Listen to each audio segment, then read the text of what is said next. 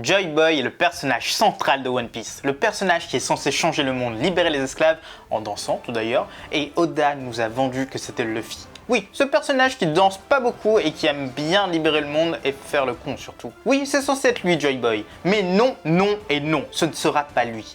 Il nous a totalement dupés, mais en fait, il n'a jamais réellement dit ça. Et oui, Joy Boy n'est pas du tout ce que l'on croit. Et encore plus, ce ne sera pas du tout celui auquel vous pensez. Ce sera bien la plus grande et la dernière de surprises de One Piece. Son identité sera bientôt dévoilée. Et nous, on vous en parle en avant-première. Et on vous le montre ici et maintenant sur Raftail, car oui, ça va être une très belle vidéo théorie sur Joy Boy, tout simplement, de la lignée de l'œuvre d'Oda, avec beaucoup de rire. Et on vous l'annonce haut et fort, on a trouvé le vrai Joy Boy, et ça, on vous le donnera en fin de vidéo. Ça va être très intéressant. Parfois un petit peu loufoque, en fait juste la fin, mais tout le reste sera parfait. Vous allez voir, en fait, ça coule de source, ça coule de source. Vous avez même tout son nom, peut-être pas en tête, mais vous aurez son nom et vous allez vous dire c'est totalement logique. Et bien sûr, place à la vidéo. Allez, c'est parti! Joy Boy est un personnage qui a été introduit quelques temps après l'ellipse en One Piece. Et en fait, c'est Robin qui le fait car elle a trouvé l'un des poneglyphes sur l'île des hommes poissons. Le seul qui est resté là-bas d'ailleurs. Et oui, petite info, il y avait 2 poneglyphes avant, un rouge et un normal, et pioup, pioup, pioup, disparition. Celle-ci se rend compte que ce poneglyphe ce n'est absolument pas ce qu'elle croyait. Pas une partie de l'histoire oubliée, mais une lettre d'excuse d'un certain Joy Boy à la princesse sirène de l'époque.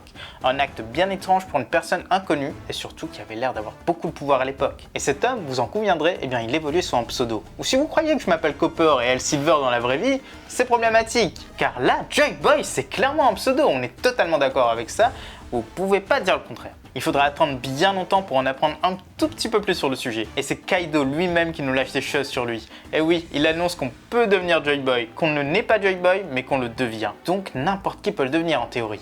Et Luffy, eh ben il a fait quoi? Il prend une masse dans la tête et pouf, il passe par la case mort et revient tout de suite. Et bien bonjour Nika, oui c'est moi, c'est moi. Oui, ce petit filou de Shanks, il avait bien caché le vrai nom de ce fruit. Et du coup Luffy c'est Nika ou alors Joy Boy? Oui, c'est un peu compliqué.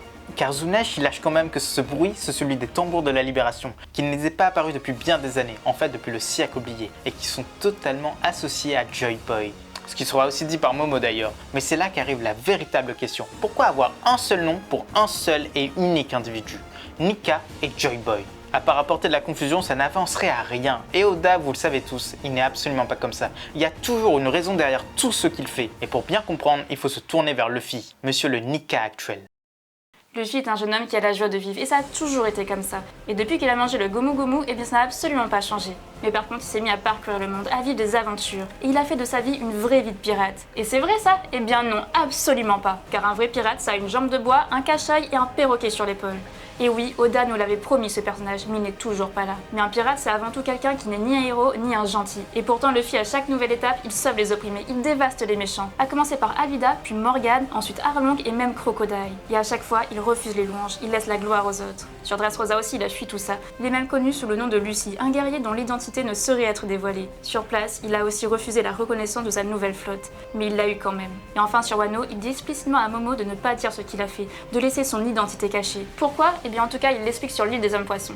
Il explique que c'est la même chose que pour Zoro. S'il devient héros, il devra partager ce qu'il a, comme par exemple sa nourriture, et pour Zoro, c'est son alcool. Et donc à chacun de ses passages, c'est un pseudo qui restera pour ce qu'il a fait de bien, et non pas son nom. Et c'est la même chose pour Usopp et pour nombre d'autres personnages. Et là, vous vous demandez forcément où est-ce qu'on veut aller? Eh bien, forcément, il y a un fil directeur. Rajoutons juste une chose, il existe un autre personnage qui évolue sur un pseudo, c'est Ryoma. Ce personnage était un grand épéiste de son temps, mais surtout, c'était une création d'Oda avant que One Piece ne sorte. C'est un sabreur itinérant qui s'est un jour confronté à un dragon pour sauver un village. Mais comme à chaque fois il ne donnait jamais son nom, eh ben il a fini par être connu sous le nom de King. Et même lui, il ne le savait pas. Et ça, c'est un point très important de cette vidéo.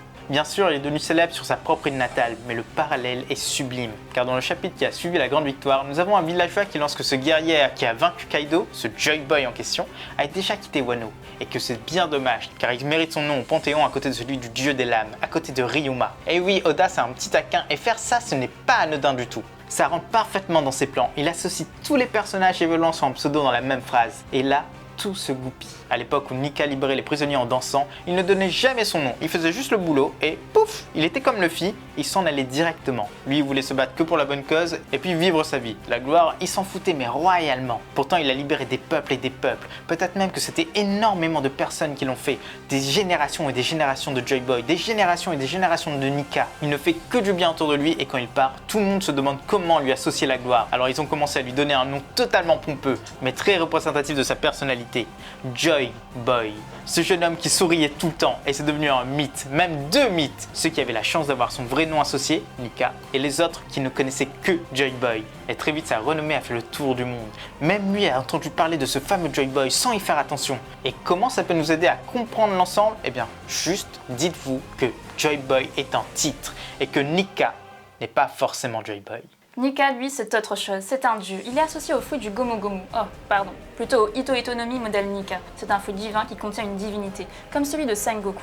Le Gorosei lâche que ce fruit, comme la plupart des Zoan, bon pas celui-ci, a une volonté propre et forte, et qu'il leur échappe depuis plus de 800 ans. Tsunesh dit d'ailleurs que c'est depuis cette date que le fruit n'a pas été réveillé, qu'il n'a pas entendu les tambours de la libération. Ce qui là veut dire ce que ça veut dire. Nika, c'est uniquement le fruit du démon. Le précédent Joy Boy, celui qui a perdu la guerre, avait le Gomu Gomu également. Ce fruit divin. Et il avait même réussi à l'éveiller. Ce n'est pas la volonté du porteur qui compte ici, mais la volonté du fruit. Il choisit lui-même celui qui le correspond le plus et sans même dire à son porteur « Mange-moi ». Il est donc logique que ce fruit, comme tous les autres, existe depuis très très longtemps et qu'il est même très important. Il désigne le meilleur des choix possibles pour devenir le grand libérateur. Im-sama devait bien connaître cette histoire. Il redoute forcément le retour de cet homme. Et on pense que le dernier, celui à qui il a arraché le chapeau de paille, c'était un géant. La taille ne trompe pas.